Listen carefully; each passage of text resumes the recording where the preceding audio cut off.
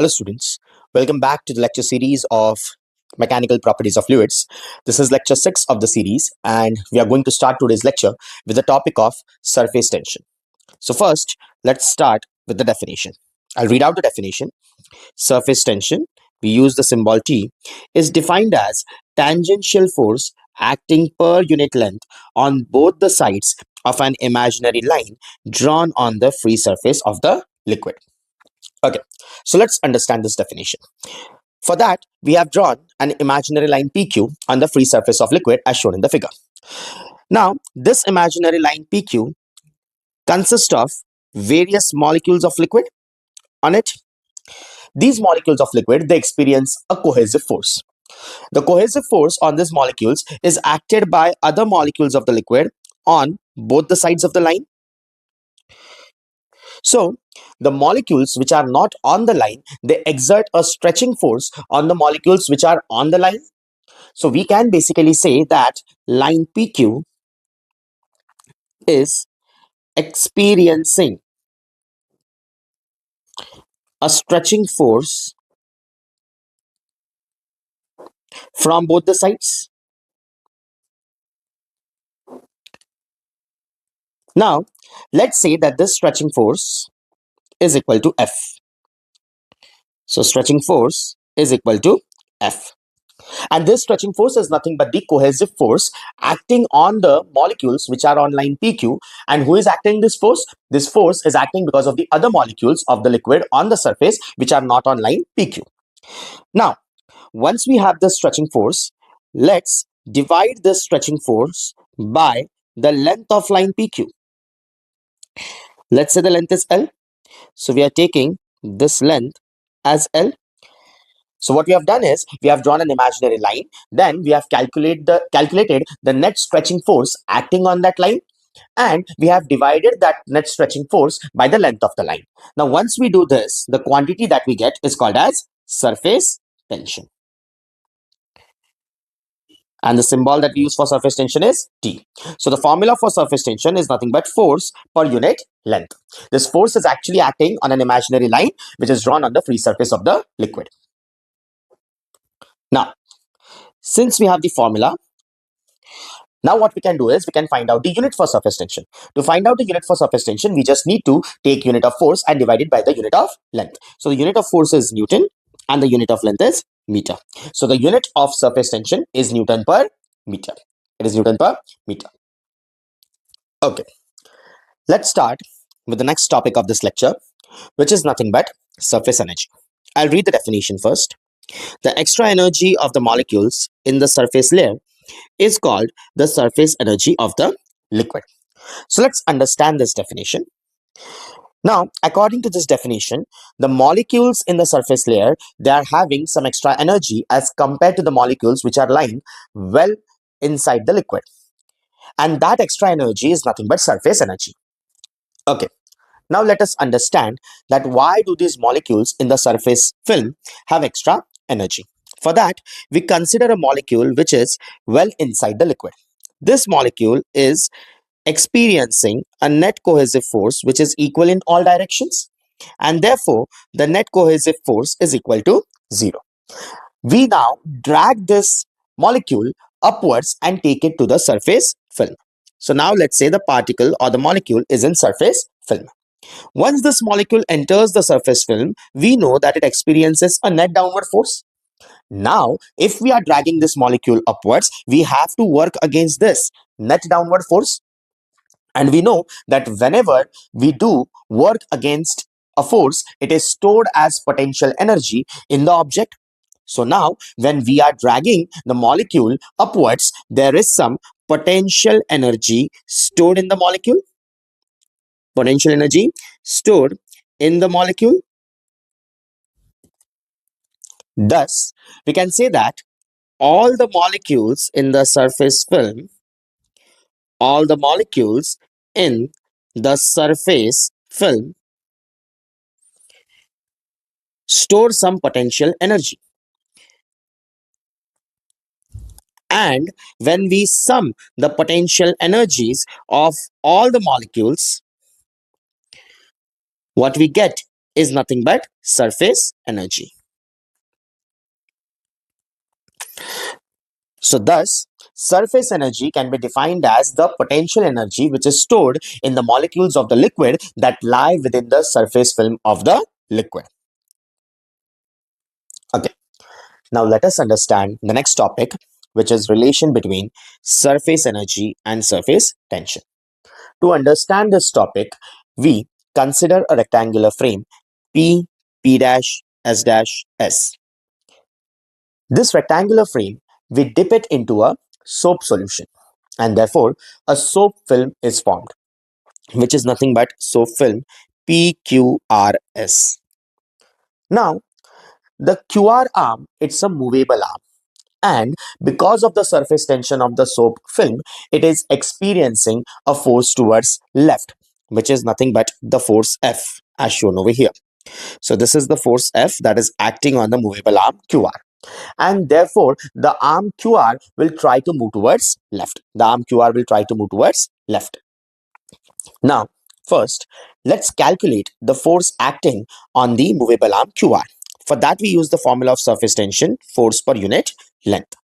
Therefore, the force F is T times L. In place of small l, we write 2L. Capital L because the length of movable arm is QR, and the factor of 2, it arises because of two surfaces of soap film. Two surfaces of soap film. Now, why two surfaces? Because this is how a soap film will look. This is how a soap film will look. Now, over here, we have a top surface and also a bottom surface. Therefore, the contribution of the length comes from two surfaces, one top and one bottom, and therefore the factor of 2 must be considered. Therefore, the total force acting on movable arm QR is nothing but 2TL. 2TL. Okay. So this is the magnitude of force F is equal to 2TL, which is acting on the arm QR. Now what we do is we move the arm QR a little bit towards right by an amount dx. So basically we are pulling the arm QR against the force F. To do this, we apply a force F dash, and that F dash must be equal to F, but they both must be opposite to each other. They both must be opposite to each other. So over here, we now have F dash, whose magnitude is also 2TL, but it is acting in opposite direction to F, which is basically used to pull the arm QR towards right. Now, the arm QR is pulled towards right by an amount dx, and therefore the work done in pulling this arm QR towards right is nothing but dw is equal to F dash into dx. In place of F dash, we can write 2TL into dx. Now, with a little bit of arrangement, we can write T into twice of L into dx. Now, this twice of L into dx can be written as dA, where dA is nothing but change in area, change in surface area. And this change in surface area is basically consisting of top surface as well as bottom surface. So the contribution to the change in surface area is coming from both the surfaces, one top and one bottom. Okay, so what we have now is dW is equal to T into dA, where dW is nothing but the work done against the force of surface tension, T is the surface tension, and dA is the change in surface area. Now, we very well know that this work done against the surface tension is stored as energy in the surface. Let's call that energy dE. So dE is equal to energy stored in the surface, and therefore we can write down surface tension is nothing but energy stored in the surface per unit surface area. Now, if we take large amount of energies, the area must also be larger. Therefore, we can write it as E upon area. This energy stored in the surface E is called as surface energy. Surface energy. And thus, we have established a relation between surface tension and surface energy, which is nothing but surface tension is surface energy per unit area. Surface tension is nothing but surface energy per unit area. Okay, so in this lecture, we have seen two formulas, which is surface tension is force per unit length, and the second formula is surface tension is surface energy per unit area. Now let's solve a numerical based on these two formulas. Let's see the first numerical. A beaker of radius 10 centimeter is filled with water. Calculate the force of surface tension on any diametrical line on its surface, and the surface tension of water is given as 0.075 Newton per meter. So here we use the formula surface tension is force per unit length. Therefore, F is equal to T into L.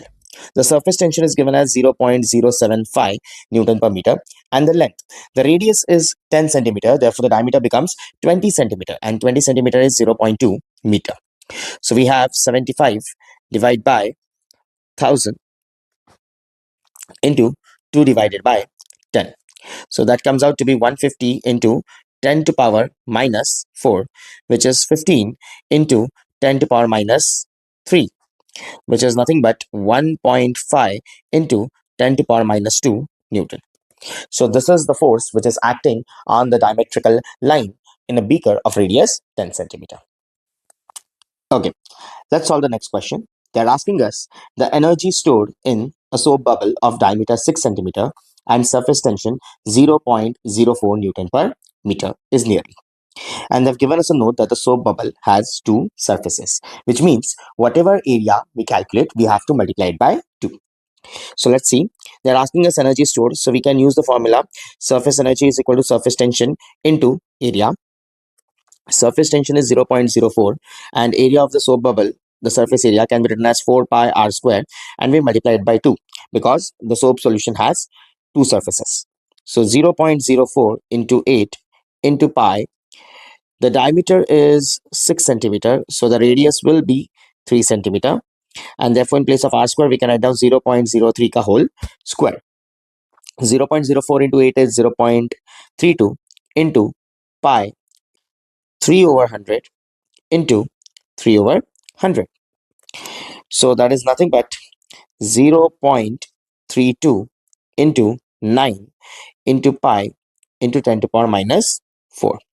And let's just see what is this. 0.32 into 9 into 3.14.